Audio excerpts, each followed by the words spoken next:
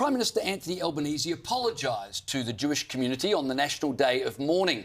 Just to jog your memory, here's what he said at the Opera House last week. Tragically, we are gathered here tonight because on the 14th of December, everything changed. And for that, I am sorry. So is that apology being treated as closure, or does the Jewish community want more than words from the PM? Joining me now is former Australian Jewish Association President David Adler. David, thanks for coming on the program. Pleasure. Albanese's apology, is that apology accepted in your view by the Jewish community here? To be honest, there's mixed views about it, James, and some scepticism. Firstly, the grab you showed, he qualified the apology by saying he was sorry that things had changed. Later on, he said he was sorry he could not protect the community from evil. Well, that's a half-cooked apology, to be honest. If you're genuinely sorry, then you accept responsibility. I am sorry for the actions and inactions of my government, is what he should have said. In Judaism, there's a concept called tshuva. It means you return. So in addition to saying sorry, there's an obligation to make amends. In this case, it means addressing the causation of the massacre at Bondi, which was radical Islam. He should be dealing with the hate preachers, the radical mosques, talking about restricting immigration to those that don't have violence as part of their ideology. And then that's a complete apology. But at least we heard the word from his lips, but there's a long way to go to have a fulsome apology, in my view. OK, fair enough. I want to talk to you about some of the legislation that was passed last week by the government. They made a big deal of their hate speech laws designed to combat anti-Semitism. But the first thing Tony Burke has done with his expanded powers is to cancel the visa of an Israeli influencer, Sami Yehud. Yehud's visa was cancelled 3 hours before he was due to fly to Melbourne because he's previously been highly critical of Islam. So Jews are allegedly murdered at Bondi, and the Albanese government punishes a Jew who dares to criticise Islam. Surprised? Look, this is nonsense, and it shows Australia in a terrible light. His flight, by the way, from Israel to Australia... This is the Jewish influencer? Yeah. Was had a stopover in the UAE. He went to the UAE, which is an Arab Muslim country. They were quite happy to accept him, and so he spent a little bit of time touring before he had to go back to Israel. So it seems that Australia is now a country which readily cancels Israelis and Jewish people who are conservative. We've had a former Attorney General, Ayelet Shaked, had her visa cancelled at short notice, a serving member of the Knesset, Simcha Rothman, and a high-tech guy, Hillel Fuld, a number of whom were to be speakers for our organisation, and cancel. This is not really the behaviour of a democratic country. All right, an extraordinary story broken by our Sky News colleague Andrew Clennell.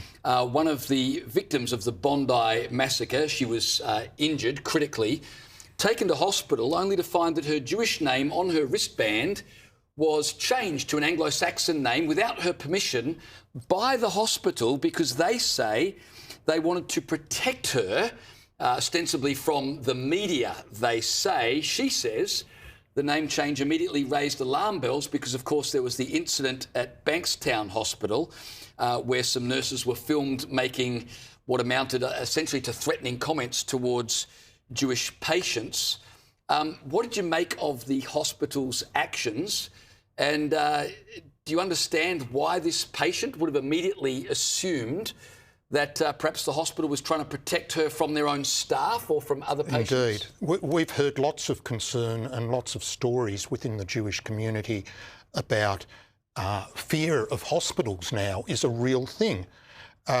Because when you're ill and in hospital, you are at your most vulnerable, and your food goes through a number of hands before it gets to you, your medications also.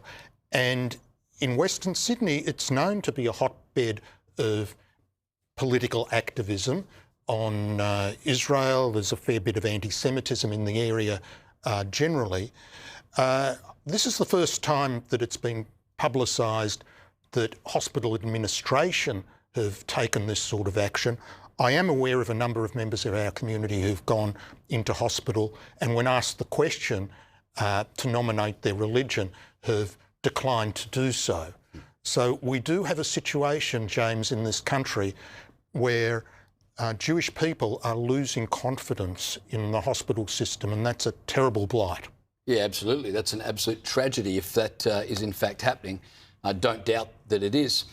Some bittersweet news for the Jewish community today. The body of, please help me pronounce this gentleman's name, David. How do I pronounce his surname? Gavili. Gavili. His body returned to his parents in Israel. Hamas terrorists murdered the 24-year-old military police officer on October 7.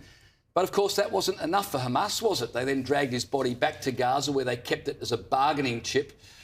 Prime Minister Benjamin Netanyahu said his body being brought back to Israel after more than 2 years is an incredible achievement for the state of Israel. I promised, he said, to return them all, and we have returned them all. Ran as a hero of Israel. He went in first and he came out last. This is the first time, I believe, that there's been no Jews being held hostage in Gaza since 2014. The first time in 12 years there's no Jews being held hostage. Well, there was a gap. There was an IDF IDF soldier who was captured and held hostage for a number of years, and then, of course, October 7.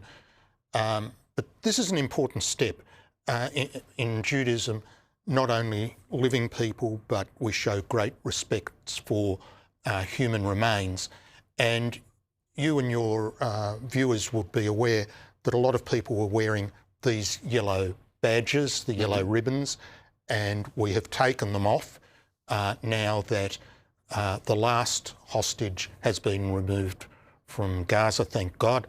And at least that's one chapter of this horrible saga which we can draw a line under, and hopefully there'll be a range of others that we can draw a line under very soon.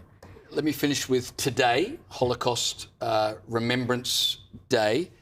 Normally, I suppose it's a time of reflection, and I'm sure today was, but with all that we've seen in this country over the past 2 years, with Australia Day just yesterday and chance of globalise the intifada, can you believe it, on Australia Day, does it hit a little differently, this Holocaust Remembrance Day for Jewish Australians? It absolutely does. I couldn't have imagined 2.5 years ago that we would have events in Australia that would at all reminiscent of the Holocaust. But I now understand, and a lot of people understand, what intergenerational trauma is, and it is real. It's not something I'd given regard to previously. We all have relatives, sometimes distant relatives, sometimes close relatives, who were lost during the Holocaust. And Australia stands out as second to Israel in having the highest number per capita of Holocaust survivors in the Jewish community. So it is a big deal here. It does strike at the heart of the community. And yeah, this year it was a little more sombre. And it has been since the 7th of October, because we didn't anticipate that we'd be having to make the never again argument again. Yeah. Well, David, like all our viewers, I'm sure, I hope and trust things improve for all Australians, not least of which Jewish Australians. Thanks for coming on the program tonight. Thank you so much.